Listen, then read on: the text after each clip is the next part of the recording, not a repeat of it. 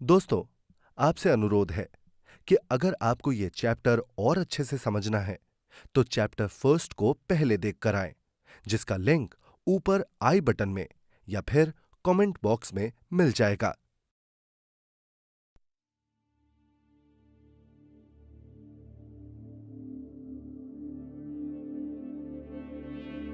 आसमानी लोगों का धरती पर आना, आकाश से देवताओं का उतरना, क्या ये घटनाएं सिर्फ जूनी की प्राचीन कथाओं में मिलती है? क्या बिल्कुल ऐसे ही विवरण दुनिया भर की दूसरी संस्कृतियों और धर्मों में भी मौजूद हैं? और अगर है, तो उसका स्पष्टीकरण क्या है? हमें यह समझने की जरूरत है कि हमारे पूर्वज बहुत बुद्धिमान थे। हालांकि उनका टेक्नोलॉजी की समझ का दायरा और दौर हमारी टेक्नोलॉजी की समझ से काफी अलग था, तो उनके पास वो भाषा ही नहीं थी कि जिससे वो चीज देख रहे थे उन्हें समझा पाते या उन्हें नाम दे पाते। तो उन्होंने क्या किया? उन्होंने उन शब्दों का इस्तेमाल किया जिनसे वो अपने जमाने में परिचित थे। तो उन्होंने जो कुछ देखा उसे अपनी वोकैबुलरी का इस्तेमाल करते हुए समझाने की पूरी कोशिश की।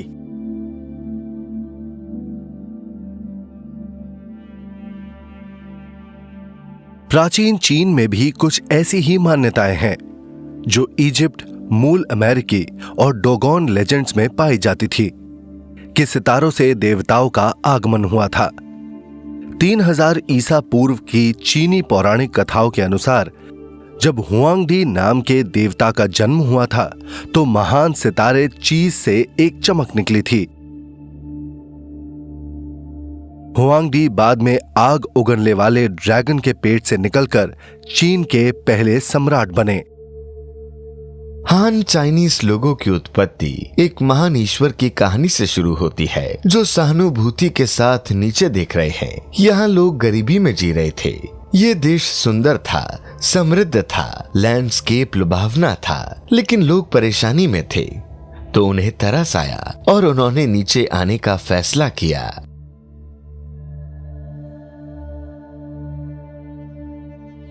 हुआंगडी पृथ्वी पर पहुंचे उड़ते हुए ड्रैगन पर। उनके पास उड़ान की शक्ति थी। हुआंगडी मिनटों में कहीं भी पहुंच सकते थे और इसके लिए वो अपने ड्रैगन पर सवार होते और तुरंत उड़ जाते।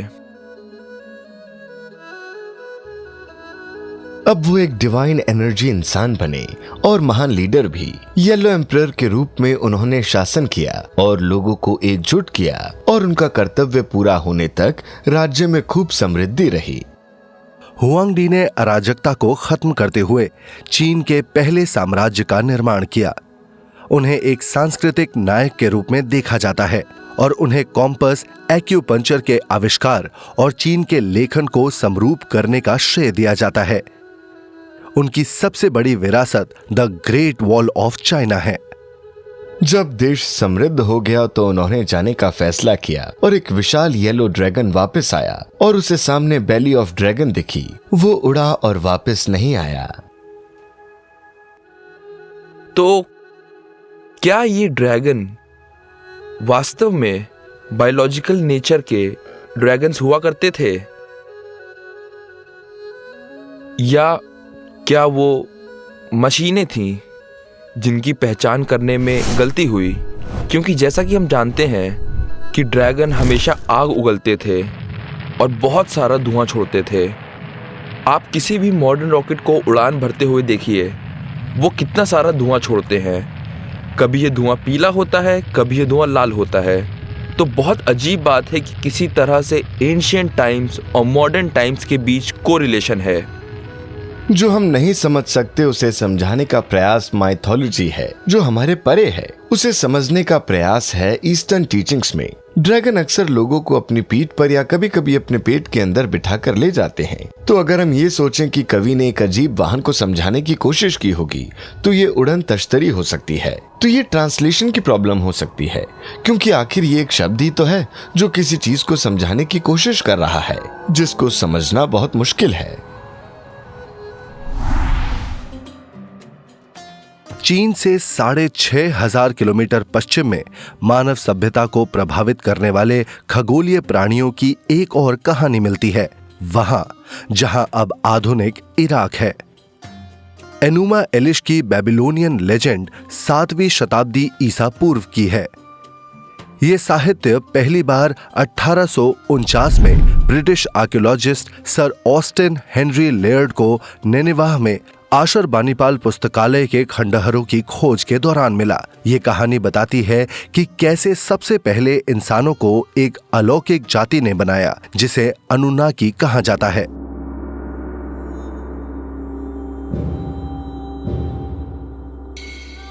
सुमेरिया के प्राचीन ग्रंथों में हमें आकाश से उतरते हुए इन प्राणियों का वर्णन मिलता है जिन्हें अनुन्नाकी कहा जाता है।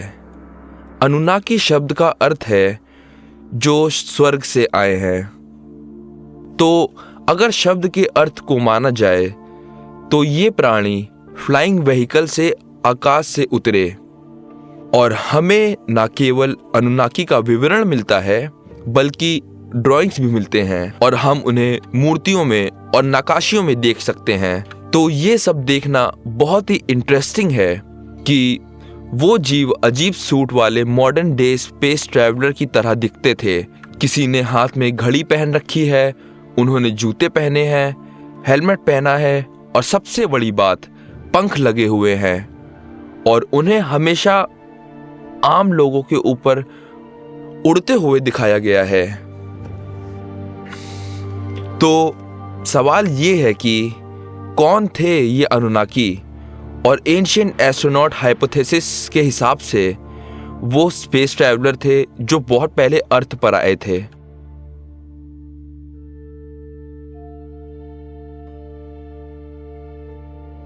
इसी तरह की बात ग्रीक और रोमन देवताओं की लेजेंड्स में भी पाई जाती है, जिनमें ऐसी घटनाओं का विवरण है जिन्हें कुछ लोग अलौकिक संपर्क के रूप में देखते हैं।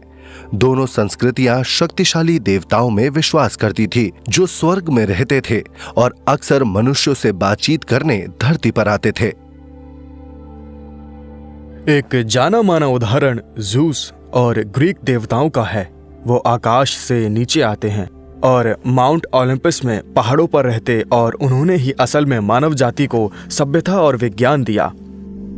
लेकिन उनमें कई इंसानी गुण भी हैं, जैसे यहाँ की महिलाओं से आकर्षित होना, ज़्यादा से ज़्यादा उनसे रिश्ते बनाना, बच्चे पैदा करना और वापस आकाश में चले जाना। मनुष्य के साथ देवताओं का रिश्ता बनाने के आइडियाज बहुत आम है। ग्रीक माइथोलॉजी में ज्यूज हमेशा मनुष्यों के साथ मीटिंग करते हैं और हरक्यूलिस या ट्रॉय के हिलन जैसे डेमिगॉड्स को जन्म देते हैं जो बेहद खूबसूरत हैं, बेहद ताकतवर हैं, हर लिहाज से बहुत ही टैलेंटेड हैं। तो इसका मतलब है कि आप इस तरह से एक बेहतर जाति को जन्म दे रहे हैं। एंशिएंट एस्ट्रोनॉट ओपिनियन के हिसाब से प्राचीन ग्रीस में जितने भी देवी देवता मौजूद हैं वो सभी असल में एक्स्ट्रा टेरेस्ट्रियल के अलावा और कुछ नहीं है, जिनको हमारे पूर्वजों ने बहुत सारी दिव्य शक्ति वाले देवी देवता समझ लिया था। ऐसे बहुत से सबूत हैं जो दिखाते हैं कि ब्रह्मांड में हम इंसान अकेले नहीं हैं और ये भी कि पृथ्वी पर हमारी मानव सभ्यताएं लंबे समय से एक्स्ट्रा टेरेस्ट्रियल्स इंटेलिजेंसेस से बातें कर रही हैं। मनुष्यों के साथ बातचीत करने वाले खगोलीय प्राणियों में विश्वास कई प्रमुख धर्मों की आधारशिला है, बल्कि बाइबल की बुक ऑफ जेनेसिस के अनुसार परमेश्वर ने सबसे पहले मनुष्य आदम और हवा को बनाया। बाइबल में कई जगहों पर दूसरे संसार के प्राणियों और मनुष्यों के बीच की अजीब बातचीत का वर्णन है। लोगों का मानना है कि किसी तरह के दूत स्वर्ग से उतरे और नीचे उतरकर उन्होंने इंसानों के साथ शारीरिक संबंध बनाए, जिसकी वजह से गोलायत जैसे विशाल लोग पैदा हुए। तो टेक्निकल सेंस में कहा जा सकता है कि वो एलियंस हैं। वो या तो देवता हैं या फिर देवदूत हैं या किसी तरह के सुपर ह्यूमंस भी हो सकते हैं। इन बाइबल कहानियों की व्याख्या करने से एक स्तर की बहस और विवाद की शुरुआत हुई, जहां अधिकांश लोग एक ही ईश्वर में विश्वास करते हैं जो मानव जाति के भावी को निर्देशित और प्रभावित करते हैं। वहीं दूसरों का तर्क है कि असल में बहुत सारे देवता हैं जो इसके लिए जिम्मेदार हैं। ओल्ड टेस्टामेंट में साफ साफ कहा गया है, चलो हमारी छवि का मनुष्य बनाएं जो हमारे ही जैसा हो। अब ग्रामर के हिसाब से इस सेंटेंस का कोई मतलब नहीं है, क्योंकि इसमें लिखा है ईश्वर और फिर लिखा है हमारी छवि है। पर थियोलॉजियन समझते हैं कि हमारे से उनका मतलब है ट्रिनिटी, द होली ट्रिनिटी। लेकिन अगर आप ईश्वर शब्द को देवता से बदल दें तो अचानक इस सेंटेंस का मतलब निकल आता है और पता चलता है कि देवताओं ने मनुष्य को अपने स्वरूप का बनाया। तो हमारे पास ये रेफरेंस है कि चलो हमारी ही छवि में मनुष्य को बनाया जाए। कई धार्मिक ग्रंथों में, खास तौर पर हिब्रू बाइबल में, जिसे ईसाई भी स्वीकार करते हैं, और कुरान भी, जिसे मुसलमान पवित्र मानते हैं, दोनों में ही ईश्वर का संदर्भ बहुवचन में है। और ये बहुत ही इंटरेस्टिंग बात है। लेकिन क्या ये सभी धार्मिक ग्रंथ जो इसी तरह की कहानियां बताते हैं, वास्तव में ये इस संभावना की ओर इशारा है कि प्राचीन इतिहास में एलियंस लगातार पृथ्वी पर आते रहे? सच ये है कि बाइबल में लिखी सृजन की कहानी दुनिया भर की संस्कृतियों में कही गई सृजन की कहानी ही है। बाढ़ की कहानी, मानव प्रजातियों का विकास, भाषा का विकास, ये सब कुछ दर्शाता है। और बाइबल भी ऐसा कहती है कि पृथ्वी पर मौजूद जीवन एक्स्ट्रा टेरेस्ट्रियल लाइफ फॉर्म के संपर्क से आया है। ये बाइबल में भी है और दुनिया भर के प्राचीन संस्कृतियों में भी। इसलिए मैं मानता हूं कि एंशिएंट एस्ट्रोनॉट की थ्योरी सच है, और मैं मानता हूं कि इसके ठोस सबूत मौजूद हैं। और आप उसका खंडन करने की जितनी कोशिश करेंगे, इस सच्चाई से भी आप उतनी ही दूर रहेंगे कि प्राचीन अंतरिक्ष यात्री हमारे यहाँ आए थे। पृथ्वी पर आए हजारों की संख्या में, हजारों साल पहले, और हमारी आज की सभ्यता की शुरुआत की। अगर एंशिएंट एस्ट्रोनॉट थ्योरी में विश्वास करने वाले सही हैं, तो यहाँ आने वाले कौन थे? क्या अत्याधुनिक एस्ट्रोफिजिक्स और बायोलॉजी उनकी पहचान को उजागर करने में हमारी मदद कर सकता है?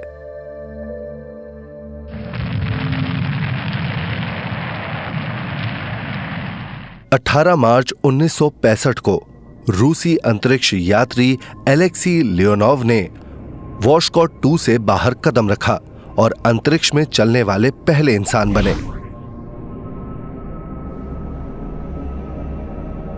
लौटने से पहले उन्होंने अपने जहाज के बाहर 12 मिनट 8 सेकंड बिताए। लियोनोव का जीवित रहना एक सुरक्षात्मक सूट पर निर्भर था, जो उन्हें वहां जीवित रख पा रहा था, जहां ना तो वायुमंडलीय दबाव था और ना ही ऑक्सीजन। अगर हमें स्पेस सूट की आवश्यकता है तो जरूर पृथ्वी पर यात्रा करने वाले एलियंस को भी ऐसी सुरक्षा की आवश्यकता होती होगी। क्या इन प्राचीन नक्काशी और रेखा चित्रों में यही दिखाई दे रहा है? जब क्रिटिक्स पूछते हैं कि एंशिएंट एस्ट्रोनॉट्स को क्यों ऐसे एस्ट्रोनॉट सूट्स पहनने पड़े जिनसे हम आज परिचित हैं, जवाब बहुत आसान है। क्या हम बिना सूट पहने स्पेस में जा सकते हैं? बिल्कुल नहीं, हम मर जाएंगे। क्योंकि ऐसा कौन कहता है कि जो भी बीते अतीत में हमारे यहाँ आए वो पृथ्वी ग्रह के वातावरण में सांस ले सकते थे?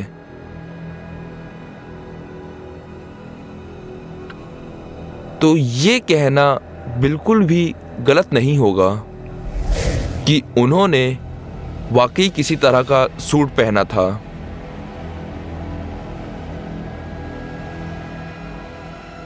आखिर क्यों ये चित्र आधुनिक अंतरिक्ष यात्रियों से मिलते जुलते हैं? अगर ये एलियन थे तो क्या ये बिल्कुल मनुष्यों के समान थे? और क्या ये पृथ्वी जैसे ही किसी ग्रह से आए थे?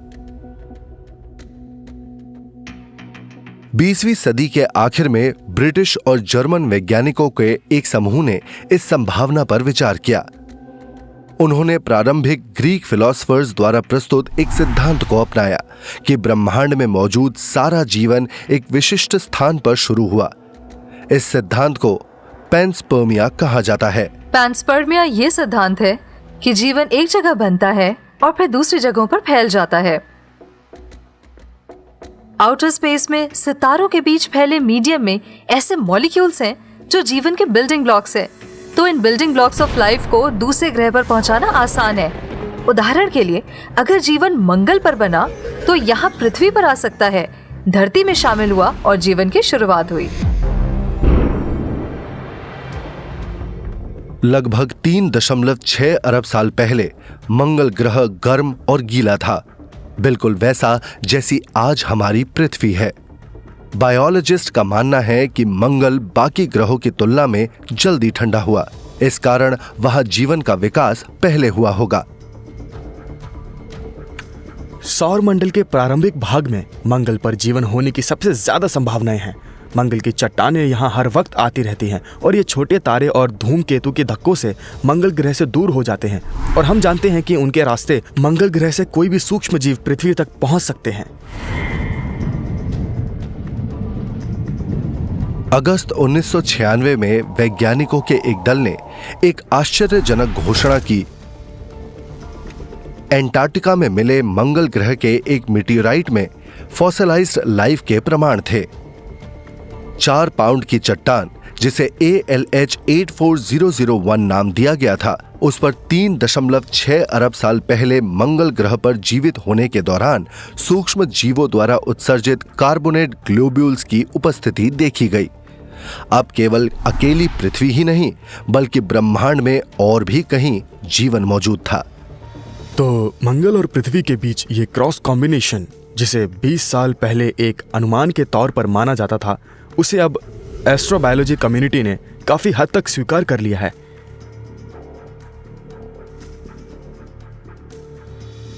ब्रह्मांड में जीवन की उत्पत्ति और विकास का अध्ययन करने वाले एस्ट्रोबायोलॉजिस्ट ने इस संभावना को माना कि पृथ्वी पर जीवन की शुरुआत बाहरी अंतरिक्ष में हुई थी। तो क्या आज के वैज्ञानिकों ने साबित कर दिया कि सदियों से प्राचीन संस्कृतियां जो मानती आई हैं वो सच है? ऐसे मिथक या विचार कई लोगों के मन में है, जिनमें माना जाता है कि मानव जाति की उत्पत्तियां सितारों से हुई हैं, जैसे कि प्राचीन संस्कृतियां, प्राचीन मिस्रवासी, माया सभ्यता, एस्टेक्स और इंडियंस और बहुत से और। बहुत ही पेचीदा है, लेकिन शायद ये सच है। और एस्ट्रोफिजिकल नजरिए से देखें तो हम सितारों से ही आए हैं, ये बात बिल्कुल सच है। और ये भी सच है कि पृथ्वी पर जीवन की शुरुआत एक धूमकेतु के आने से हुई है, जिसमें लाइफ मैटर था। पर्सनली मुझे तो यही लगता है कि वहाँ जीवन है। यहाँ तक कि मेरा मानना है हमारे पास सबूत भी है, और कुछ नहीं तो जीवन के माइक्रोबायल सबूत हैं किसी बाहरी दुनिया की। लेकिन अगर पृथ्वी पर जीवन बाहरी अंतरिक्ष से आया तो क्या ये एक संयोग था, या हो सकता है इसे किसी खास उद्देश्य से यहां भेजा गया हो? एक मेन स्ट्रीम साइंटिस्ट ने ऐसा सोचा था। ब्रिटिश जेनेटिसिस्ट फ्रांसिस क्रिक को जेम्स वॉटसन के साथ उनके कोलैबोरेशन के लिए ज्यादा जाना जाता है। उन्होंने एक साथ मिलकर 1953 में मानव डीएनए की संरचना का खुलासा किया। 10 साल से भी कम समय में जेनेटिक्स में उनके अभूतपूर्व काम के लिए उन्हें नोबेल पुरस्कार से नवाजा गया। 1960 के दशक में क्रिक पैंसपर्मिया थ्योरी के समर्थक बन गए और इसे डायरेक्टेड पैंसपर्मिया नाम के विचार के साथ एक नए स्तर पर ले गए। फ्रांसिस क्रिक ने परिकल्पना की थी कि कहीं ना कहीं आकाशगंगा के दूसरी तरफ जरूर कोई उन्नत बुद्धिमान लोग की सभ्यता रही होगी, और उन्हें लगा कि उनका ग्रह खत्म होने वाला था। शायद उनके आसपास एक सुपरनोवा एक्सप्लोजन होने वाला था और उनके ग्रह पर जीवन खत्म हो रहा था।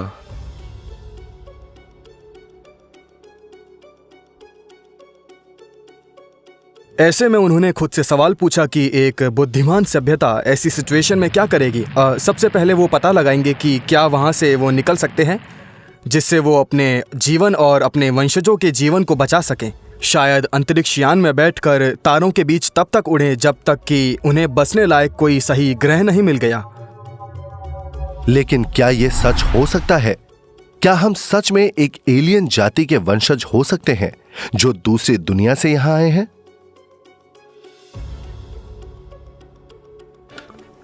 कुछ एक्सोबायोलॉजिकल थ्योरी का निष्कर्ष असल में ये निकलता है कि हम खुद दूसरे ग्रहों के जीवों से कहीं ना कहीं संबंधित हैं। पृथ्वी पर जीवन की शुरुआत इसलिए हुई क्योंकि जैविक पदार्थ यहाँ कहीं और से लाए गए थे। क्या होगा अगर हम ही दूसरे ग्रह से आए लोगों के वंशज हों? हमारी उत्पत्ति नहीं हुई, हमें यहाँ लाया गया, पृथ्वी ग्रह पर आबाद किया गया किसी दूसरे ग्रह की कॉलोनी की तरह। तो हम दूसरी जाति के कॉलोनिस्ट्स हैं और इसीलिए एलियंस हमारे जैसे दिखते हैं। मेरी राय में प्राचीन अंतरिक्ष यात्रियों और एलियन हस्तक्षेप की संभावना के बारे में सोचना अवैज्ञानिक नहीं है। हम विशाल ब्रह्मांड में रहते हैं। बैक्टीरिया वर्सेस ह्यूमनॉइड्स कहा जा सकता है कि ये एक काफी बड़ा अंतर है, लेकिन कुछ मायनों में यह बड़ा अंतर नहीं है। जहां जीवन है वहां उस जीवन को विकसित करने की क्षमता भी है, जिसे हम सभ्यता या फिर बुद्धिमान प्राणी मानते हैं। क्या इसे महज संयोग माना जाए कि आज का विज्ञान और प्राचीन एलियन सिद्धांत एक ही निष्कर्ष पर पहुंचते हैं कि पृथ्वी पर जीवन सितारों से आया है? और अगर अरबों साल पहले ऐसा हुआ होगा कि किसी दूसरी ग्रह के लोग अंतरिक्ष में फैल गए, तो वो एक पूरी तरह नए ग्रह पर जिंदा कैसे रहे? क्या वो सच में हमारे हो सकते हैं?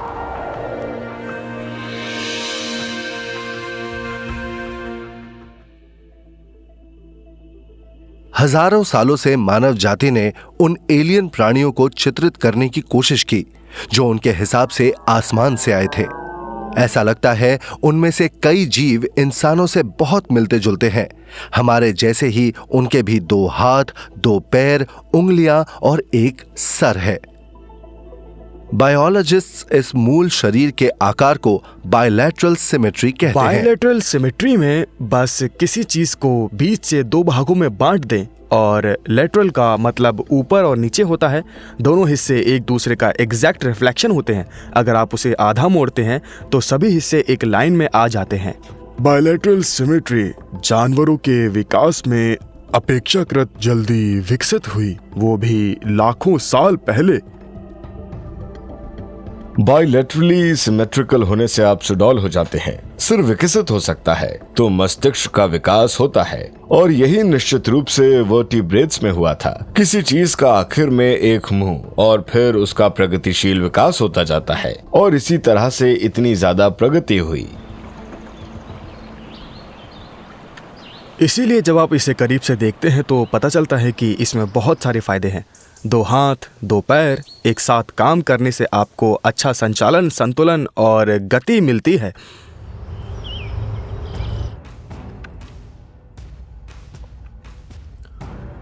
दो हिस्सों पर अलग अलग आंखें होने से कई मायनों में बेहतर दिखाई देता है। खासकर शिकार करने वाले जानवर अपनी दोनों आंखों को अलग अलग इस्तेमाल करते हैं। वो दूर तक देख पाते हैं और इससे इन शिकारी जानवरों को डेप्थ की अच्छी समझ मिलती है, जिससे वो शिकार को अच्छे से दबोच सकते हैं।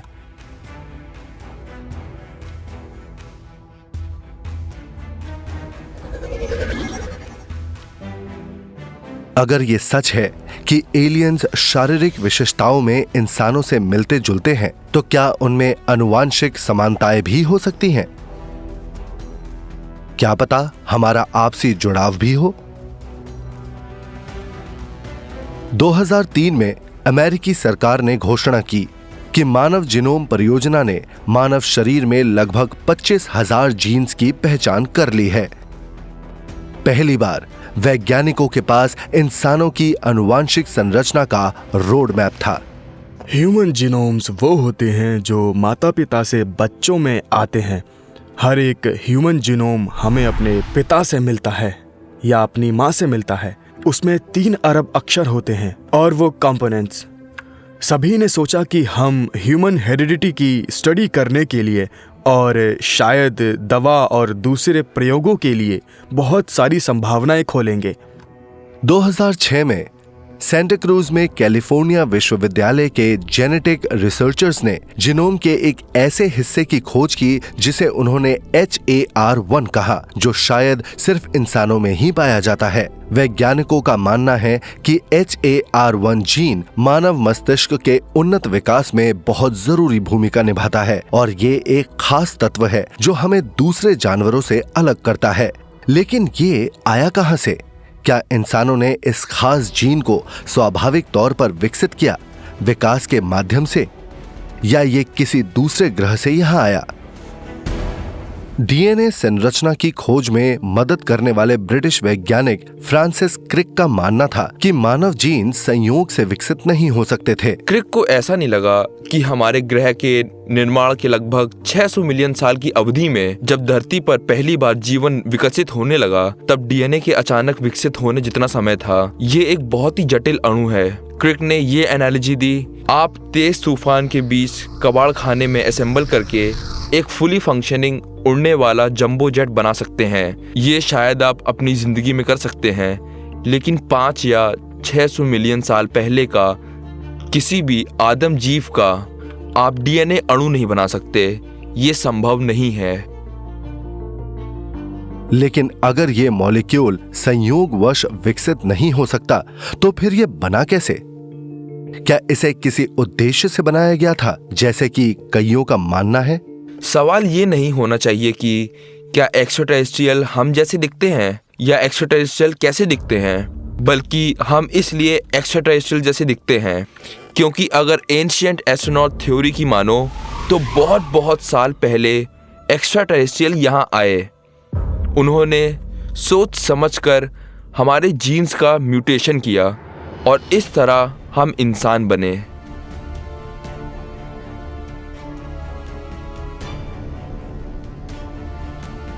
हो सकता है हमारे डीएनए में इस बात की जानकारी हो कि मानव विकास में हेरफेर की गई थी या नहीं। डीएनए लगभग स्पष्ट हो चुका है, फिर भी हम इसमें मौजूद सिर्फ 5% जानकारी ही समझ पाए हैं। जेनेटिसिस के हिसाब से किसी इंसान का क्लोन बनाने में सिर्फ 5% की जरूरत होती है और हमारे शरीर में जो जेनेटिक मटेरियल मौजूद है उसका 95% जेनेटिक जंक के तौर पर है, इससे ज्यादा कुछ नहीं। तो फिर वो सब कुछ क्यों है? और शायद डीएनए के कुछ हिस्से आज किसी काम के नहीं हैं, पर शायद वो अतीत में किसी काम के रहे हों, जैसे हमारा अपेंडिक्स बचा हुआ है। क्या ये जेनेटिक जंग मानव के विकास का कारण हो सकता है? कुछ लोगों का सुझाव है कि हमारे डीएनए को पूरी तरह से डिकोड करने से हमारी उत्पत्ति के बारे में चौंकाने वाली जानकारी सामने आएगी। लेकिन क्या यह भी साबित हो पाएगा कि हजारों साल पहले हमारे विकास में एलियंस का भी हाथ रहा है? कल्पना कीजिए कि आप एक शाश्वत संदेश रिकॉर्ड करना चाहते हैं जिसे कोई ऐसा प्राणी डिकोड करेगा जिसमें इसे डिकोड करने जितनी पर्याप्त बुद्धि विकसित हो चुकी हो। तो उस संदेश को आप किसी स्मारक या किसी टेक्स्ट में रिकॉर्ड नहीं करेंगे क्योंकि वो समय के साथ शायद ख़त्म हो जाए, पर अगर आप उसे जीव के डीएनए में ही रिकॉर्ड कर दें तो ये सेफ रहेगा। हाल ही में पता चला है कि डीएनए लगभग असीमित शक्ति का एक रिकॉर्डिंग माध्यम है और इतना ही नहीं, ये टेक्निकली पॉसिबल है कि सभ्यता के संपूर्ण ज्ञान का रिकॉर्ड हमारे शरीर में डीएनए में हो। आपको बस उस जानकारी तक पहुंचने का एक तरीका ढूंढना होगा और कुछ नहीं।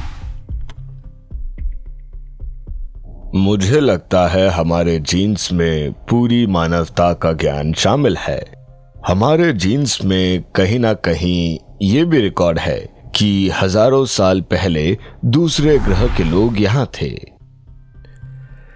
लेकिन ये सवाल अब तक नहीं सुलझे। अगर हजारों साल पहले एलियंस पृथ्वी पर आए थे तो वो यहां पहुंचे कैसे? इसके जवाब के लिए हम अतीत में देखते हैं। तो क्या हम गलत कर रहे हैं?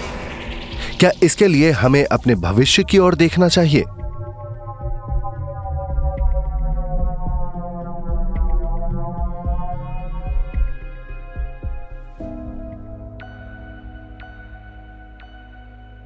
वैज्ञानिक इस बात से सहमत हैं कि एलियन लाइफ के मिलने की सबसे अच्छी संभावना हमारे जैसे किसी दूसरे ग्रह पर सबसे ज्यादा है, और कई मायनों में दूसरे ग्रह के प्राणियों का हुलिया इंसानों से मिलता जुलता लगता है। कुछ एंशिएंट एस्ट्रोनॉट थ्योरिस्ट इन तथ्यों से एक आश्चर्यजनक निष्कर्ष निकालते हैं। वो सुझाव देते हैं कि वो एलियंस असल में खुद मानव ही हैं। ये एक अजीब बात है कि एलियंस के कई विवरण प्रभावी रूप से मानवों के शरीर जैसा ही है, और इससे एक दिलचस्प संभावना मिलती है, एक बहुत ही कमाल का आइडिया, और वो ये है कि एक्स्ट्रा टेरेस्ट्रियल बिल्कुल नहीं है, बल्कि ये भविष्य से आए टाइम ट्रैवलर्स हैं। वो हम हो सकते हैं, अब से 1000, 2000, 10,000 साल बाद के। एक पल के लिए मान लें कि अब से 10,000 साल बाद इस ग्रह पर अगर हम सभी जिंदा रहे और टाइम ट्रेवल का साधन बना लिया गया हो, इसका आविष्कार हो गया हो, H.G. वेल्स की टाइम मशीन की तरह वो भूत और भविष्य में आ जा सकते हैं। तो मान लेते हैं 10,000 साल बाद हम खुद को देखने के लिए वापस आते हैं। शायद हम शारीरिक रूप से बदल चुके हैं, हम एलियंस ग्रेज की तरह दिखते हैं या फिर किसी और की तरह। ये हो सकता है कि प्राचीन अंतरिक्ष यात्री दूसरे ग्रहों के प्राणी ना हो, लेकिन टाइम मशीन में बैठकर 2720 से आए टाइम ट्रैवलर्स हों।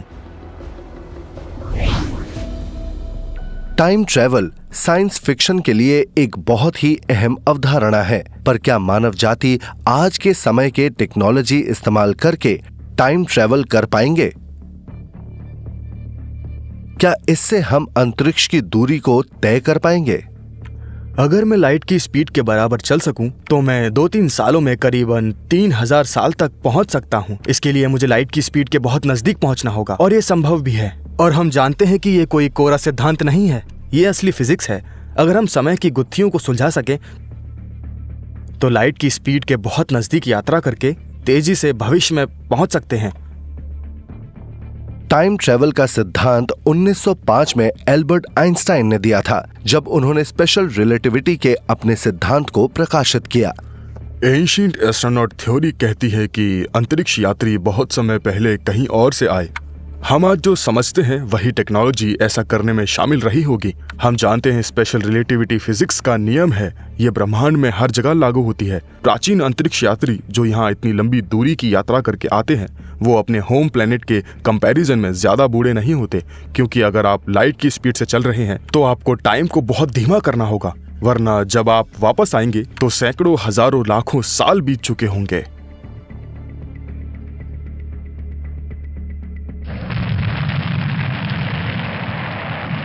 अंतरिक्ष यान में मास होता है, इसीलिए थियोरेटिकली ये लाइट की गति से कभी नहीं चल सकता, और यात्रा की इस पद्धति की ये एक कमजोरी है। इस कारण वेग में कमी से विशाल ब्रह्मांड को पार करने के लिए जरूरी समय की मात्रा में काफी हद तक बढ़ोतरी होगी। वैसे कई सिद्धांत हैं कि दूसरे ग्रह के लोग यहाँ पहुंचे होंगे।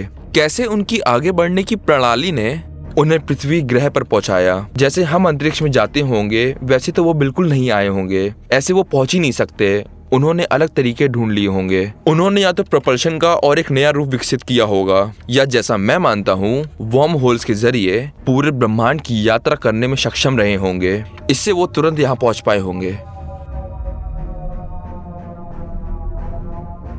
वर्म होल्स का आइडिया पहली बार 1935 में एल्बर्ट आइंस्टाइन और उनके लंबे समय के सहयोगी नेथन रॉसन ने मिलकर दिया था। उन्होंने इस संभावना का पता लगाना शुरू किया कि क्या स्पेस और टाइम को सचमुच मोड़ा जा सकता है ताकि टाइम ट्रेवल शॉर्टकट बनाया जा सके।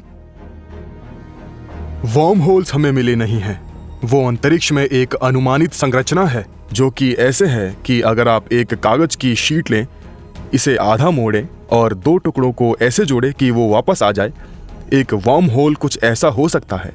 अंतरिक्ष को मोड़ा जाए और उसके दो अलग अलग हिस्सों के बीच दूरी कम हो जाए। भविष्यवाणियां हैं कि वो कैसे दिखते होंगे, उनके बारे में सिद्धांत है, लेकिन हमें उनके बारे में नहीं पता। आप लाइट की स्पीड से तेज ट्रैवल नहीं करेंगे, बस शॉर्टकट ले लेंगे। आपको लाइट की स्पीड से जाने की जरूरत नहीं या कई लाइट ईयर्स चलने की। आप लिटरली वर्म होल के जरिए गए, हाइपर स्पेस के जरिए, और बैंग वहां पहुंच गए। अगर आपके पास अंतरिक्ष में वर्म होल हो सकता है तो सैद्धांतिक रूप से इसे टाइम मशीन में बदला जा सकता है, तो टाइम में पीछे जाना या फिर टाइम से आगे जाना संभव हो जाएगा। बस मुश्किल इस बात की है कि ये वर्म होल मिलेगा कहाँ पर। ये अकल्पनीय तो नहीं है कि बिग बैंग में वर्म होल बनाए गए जो बाकी सभी चीज़ों के साथ बाहर निकले थे, और ब्रह्मांड में ये एक ऐसी चीज़ है जिसे हम ढूंढ सकते हैं या इसे टाइम मशीन में बदल भी सकते हैं।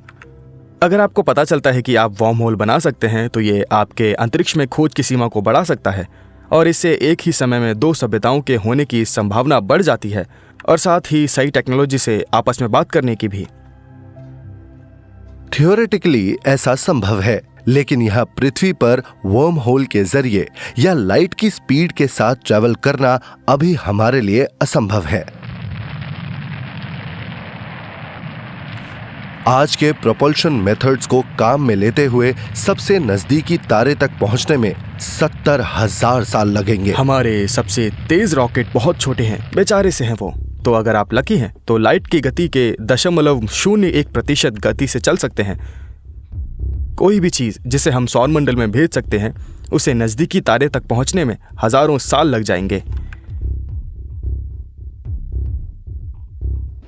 मानो या ना मानो, 4.6 अरब साल पुराना हमारा सौरमंडल ब्रह्मांड में सबसे युवा चीजों में से एक है। लेकिन अगर सभ्यताएं दूसरी आकाश गंगाओं में भी मौजूद हैं, तो क्या ऐसा हो सकता है कि वो पृथ्वी की तुलना में ज्यादा एडवांस्ड हो? और अगर हाँ, तो क्या वो स्पेस और टाइम के जरिए यात्रा करने की क्षमता में हमसे आगे हो सकते हैं?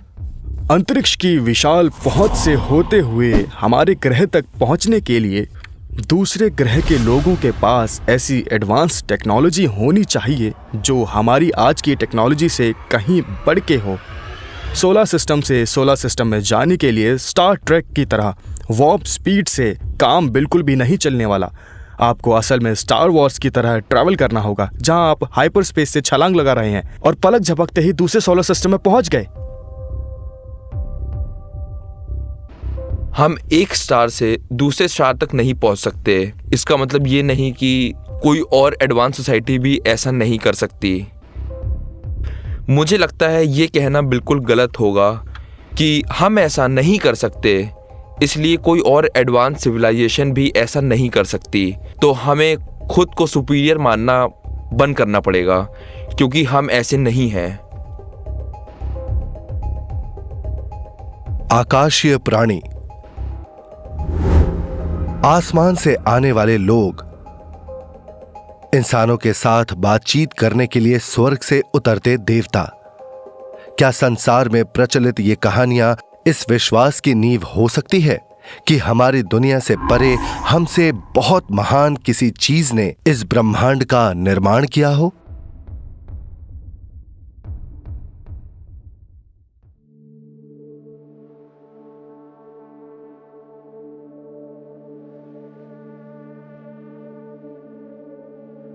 लगभग सभी महान मान्यताएं पृथ्वी पर आने वाले आकाशीय प्राणियों की कहानियों पर आधारित हैं। लाखों लोग इन लेजेंड्स को अपनी मूल मान्यताओं का हिस्सा मानते हैं।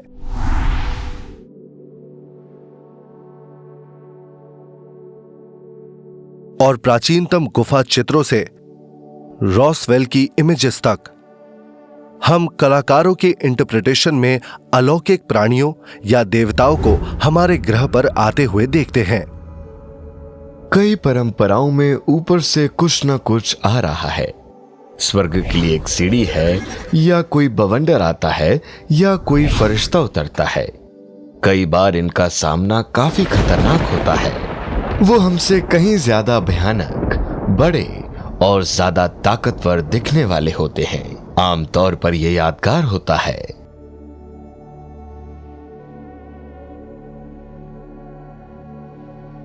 कई मिथ्स कहीं ज्यादा खास हैं।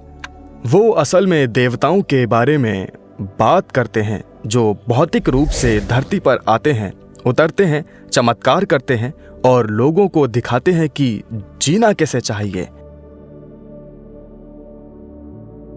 अगर विजिटर सितारों से आए थे तो क्या ऐसा संभव है कि उन्होंने प्राचीन लोगों की सोचने के तरीके को बदल दिया हो? क्या उन्होंने प्री हिस्टोरिक सभ्यताओं को कोई चमत्कारी दिमाग दिया हो? क्या यही वजह है कि इतनी सारी संस्कृतियां इतने बड़े और स्थायी स्मारकों का निर्माण कर पाई? ये लगभग वैसा ही है जैसे एक आदमी मानो एक सुबह उठा और बोला, अरे मुझे ये ज्ञान मिला है, मुझे पता है टूल्स कैसे बनाते हैं, अब मैं ये सारी चीजें बनाने वाला हूं। ना, मुझे नहीं लगता ऐसा हुआ होगा। मुझे लगता है दूसरे लोग इस ग्रह पर आए और यहाँ के लोगों को सिखाना शुरू किया, वहां से चीजों की शुरुआत हुई। लेकिन एक बात जिस पर मैं यकीन नहीं करता कि उस वक्त के गुफाओं में रहने वाले लोगों ने ये सब ज्ञान पलक झपकते ही हासिल कर लिया होगा, इस पर मुझे यकीन नहीं। दुनिया भर के प्राचीन ग्रंथों में हमारे पास सही डिस्क्रिप्शन है जो कहते हैं बिल्कुल साफ शब्दों में कि कुछ ऐसे लोग थे जो आकाश से उतरे थे। तो ये एक तरह का इंटेलेक्चुअल बिग बैंग था या नॉलेज का इंटेलेक्चुअल बिग बैंग था जो अलग अलग वक्त में हुआ था। और जब भी ऐसा हुआ तो हमेशा आकाश से उतरते हुए किसी देवता की बात की जाती है और हर ग्रंथों में यही लिखा गया है।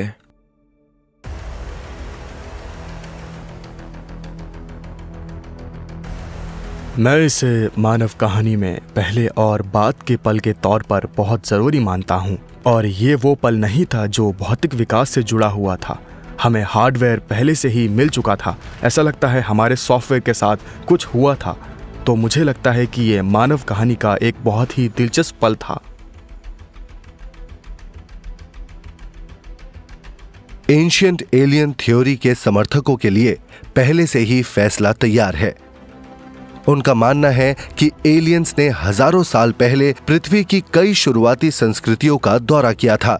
लेकिन क्या ऐसा संभव है? क्या एक्स्ट्रा टेरेस्ट्रियल्स सभ्यता की सृष्टि के पवित्र मिथकों की रचना के लिए दूसरे ग्रह के लोग जिम्मेदार हैं? हो सकता है उन्होंने हमारे डीएनए से छेड़छाड़ की हो। क्या इंसान खुद ही एलियन है जो स्वर्ग के किसी ग्रह से या किसी और समय से आया है? इंसान लगातार इन सवालों की खोज में लगा है, जबकि सवाल ही बने हुए हैं। अगर वो यहां आए तो उनका मिशन क्या था? हम पृथ्वी को घर कहते हैं, लेकिन जीवन के लिए सही परिस्थितियों के साथ क्या ये ब्रह्मांड में मौजूद अन्य बुद्धिमान सभ्यताओं को बुलावा देने वाला एक प्रकाश स्तंभ हो सकता है? मुझे लगता है दूसरे ग्रहों पर जीवन, सादा जीवन, जीवाणु जीवन और सूक्ष्म जीवन भी मौजूद होना चाहिए। और शायद हम इसे कभी ना कभी ढूंढ ही लेंगे। और कौन जानता है, हो सकता है कि एक दिन हमें कोई नया ग्रह मिल जाए जहां जीवन संभव हो, जिसने लंबे समय तक लोगों को विकसित किया हो और वो भी सोच रहे हो कि क्या बाकी सितारों में जीवन है। हम खुद के बारे में और ब्रह्मांड में अपनी जगह के बारे में और क्या बड़ा सवाल पूछ सकते हैं? क्या ब्रह्मांड में कहीं और जीवन है या सिर्फ हम हैं? मुझे लगता है ये सबसे दिलचस्प सवालों में से एक है और हम भाग्यशाली हैं कि हम ऐसे समय में रह रहे हैं जब इस सवाल को वैज्ञानिक रूप से देख सकते हैं और जवाब पाने की कोशिश कर सकते हैं। तब आप इस निष्कर्ष पर पहुंच सकते हैं, पहला कि ग्रह पर कुछ बहुत ही अजीब हो रहा है, और दूसरा, अगर ये इस सिस्टम के बाहर से आ रहा है तो हम तक कोई ऐसी चीज पहुंच रही है जिसके पीछे कोई इंटेलिजेंस काम कर रहा है। आखिर में जीत सच की ही होती है और हमने इसे इतिहास में देखा है जहां पर साइंटिफिक थ्योरी और आइडिया को बिल्कुल ही असंभव माना गया है, वो आने वाले समय में सच निकले। और इसलिए मुझे पूरा यकीन है कि एंशिएंट एलियन थ्योरी के साथ भी ऐसा ही हुआ होगा।